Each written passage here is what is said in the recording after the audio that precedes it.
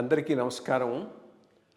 IYR talks మొదలుపెట్టి ఎఫెక్టివ్గా postings మొదలుపెట్టి ఒక సంవత్సర కాలం అయింది. ఈ సంవత్సర కాలంలో సబ్స్క్రైబర్స్ బేసు 3,000 నుంచి 33,000 దాకా పెరిగింది. ఐవైఆర్ టాక్స్ను ఆదరిస్తున్న మీ అందరికీ నా ధన్యవాదాలు. భవిష్యత్తులో కూడా ఇదే రకంగా ఐవైఆర్ టాక్స్ని మీరు ఆదరిస్తారని ఆశిస్తూ ఉన్నాను. Thank you. నమస్కారం కృష్ణారావు గారు. ఐవైఆర్ టాక్స్కి పునఃస్వాగతం. ఇదివరకు మన ఎపిసోడ్స్లో ఈ రియల్ ఎస్టేట్ ప్రైజెస్ స్పైరల్ అవ్వడం దాని మీద 2-3 ఎపిసోడ్స్ చేశాము. బట్ ఇప్పుడు ముఖ్యంగా నిన్నగాక మొన్న మనకి లాస్ట్ వీక్లో హైదరాబాద్లో ఆక్షన్ చేసిన దాంట్లో రాయదుర్గంలో ఎకరా సుమారు 177 కోట్ల రూపాయలకి అమ్ముడుపోవడం జరిగింది. అంటే బిడ్స్ రావడం వల్ల ఇదివరకు కేసీఆర్ అంటే ఎవ్రీ పొలిటికల్ పార్టీ ఏంటి, ప్రభుత్వ ఆదాయ వనరుల గురించి ఈ స్థలాలను అమ్మడం, డబ్బు చేసుకోవడం, సంక్షేమాలకు కానీ దేనికైనా పంచిపెట్టడం జరుగుతుంది. ఇదివరకు కేసీఆర్ గారు ఉన్నప్పుడు కూడా ఇట్లాంటివి జరిగాయి. ఈ మనకి ఆ తర్వాత వాళ్ళు బ్యాక్అవుట్ అయిపోవడం కూడా చూసాం మనం. ఈ 177 కోట్ల రూపాయలకి అయిందంటే ఐ థింక్ ప్రపంచంలో ఎక్కడ ఒక ఎకరాకి ఇంత డబ్బులు వస్తుందని మనం అనుకోవడం కష్టం. సో ఇదేనా గవర్నమెంట్ స్టేజ్ మేనేజ్ చేసిందా, లేకపోతే రియల్గా దీన్ని బిడ్ చేసుకుని వాళ్ళు అక్కడ తీసుకుంటే, అంటే కాస్ట్ ఆఫ్ కన్స్ట్రక్షను 177 కోట్లు అంటే ఎంత అయిపోతుంది ఇది. సో దీని మీద అంటే కొంచెం ఆందోళనకరంగానే ఉంది. ఇప్పుడు ఇంత పెరిగిపోతే అసలు సామాన్య మానవుడు ఈ సిటీకి ఒక 60-70 కిలోమీటర్లు కూడా కొనడానికి అయితే అవకాశం అయితే ఉండదు. సో మరి ఈ విధంగా గవర్నమెంట్ బిడ్ చేసిన గవర్నమెంట్ ఇచ్చిన దాంట్లో బిడ్ చేసిన వాళ్ళు ఇంత ధరలో కొనడం వలన అసలు సామాన్య మానవుడి గతి ఏ విధంగా ఉంటుంది, అసలు is it a reality in reality business? I just want to know your opinion on that. ఈ మధ్య ఏదో కొత్త పిచ్చిలాగా పట్టింది ముఖ్యమంత్రులకు.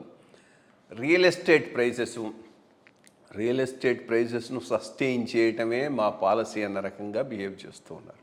అన్ఫార్చునేట్, బికాస్ దానివల్ల ప్లస్ కన్నా మైనస్ ఎక్కువ జరుగుతుంది. అది అర్థం చేసుకోవట్లేదు. ఇప్పుడు ఎవడైనా ఒక జెన్యూన్ ఇండస్ట్రియలిస్ట్ వచ్చి ఇండస్ట్రీ పెట్టాలి అంటే రియల్ ఎస్టేట్ తక్కువ ఉంటేనే వాడికి పెట్టి ఆదాయం తీసుకునే అవకాశం ఉంటుంది.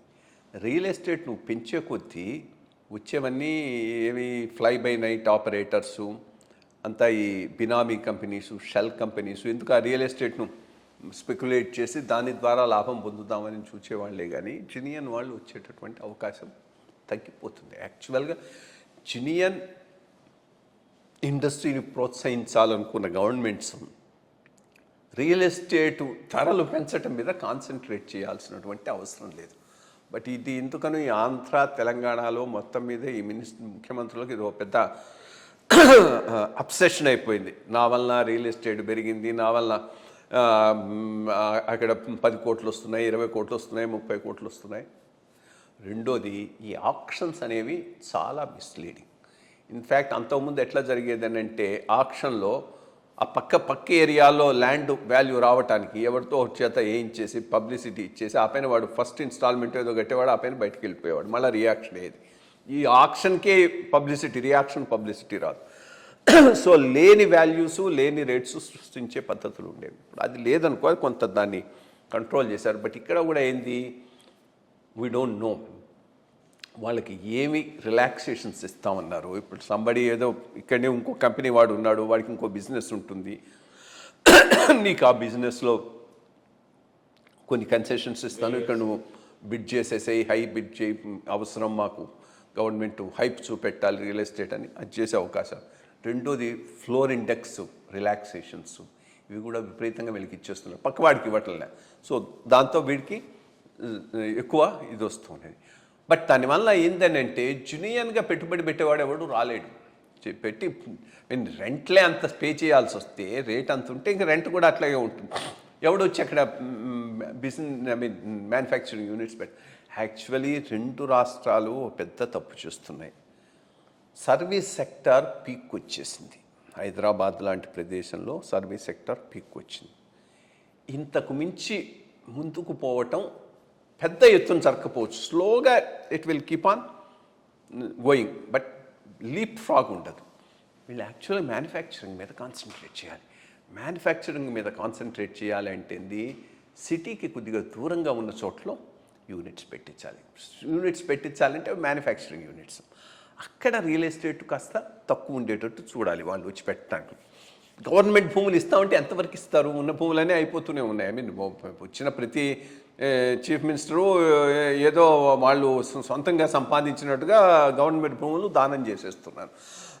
దాంతో ఇండస్ట్రీస్కి ఇవ్వడానికి గవర్నమెంట్ భూములు ఉండటం లేదు. ప్రైవేట్ భూములు కొనాల్సి వస్తే ఇట్లాంటి రియల్ ఎస్టేట్ హైపులు ఇచ్చేసేసారనుకో, ఎవడో అక్కడ వచ్చి మ్యానుఫ్యాక్చరింగ్ పెట్టాడు.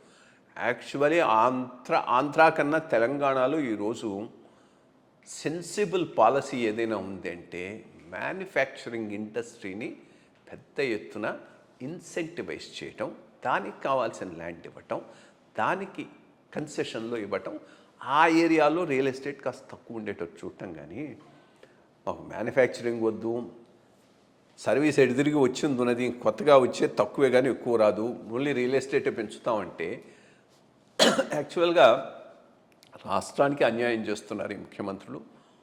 మిడిల్ క్లాస్ కూడా పెద్ద ఎత్తున అన్యాయం చేస్తున్న వారు అవుతారు.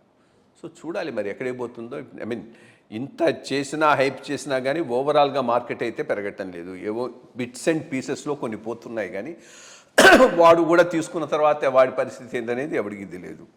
సో చూడాలి. బట్ రియల్ ఎస్టేట్ మీద ఇంత ఫోకస్ పెట్టడం అనేటటువంటిది సరైన విధానం అయితే కాదు. ఇలాంటి విషయాలు కొంచెం ఆందోళనగా ఉంటాయి. మరి చూడాలి ఇవి ఎంతవరకు మీరు చెప్పినట్టు వాడు యాక్సెప్ట్ చేస్తాడా, వెనక్కి బ్యాక్అవుట్ చేస్తాడా, ఈ విషయాలన్నింటినీ మనం పరిశీలించాలి.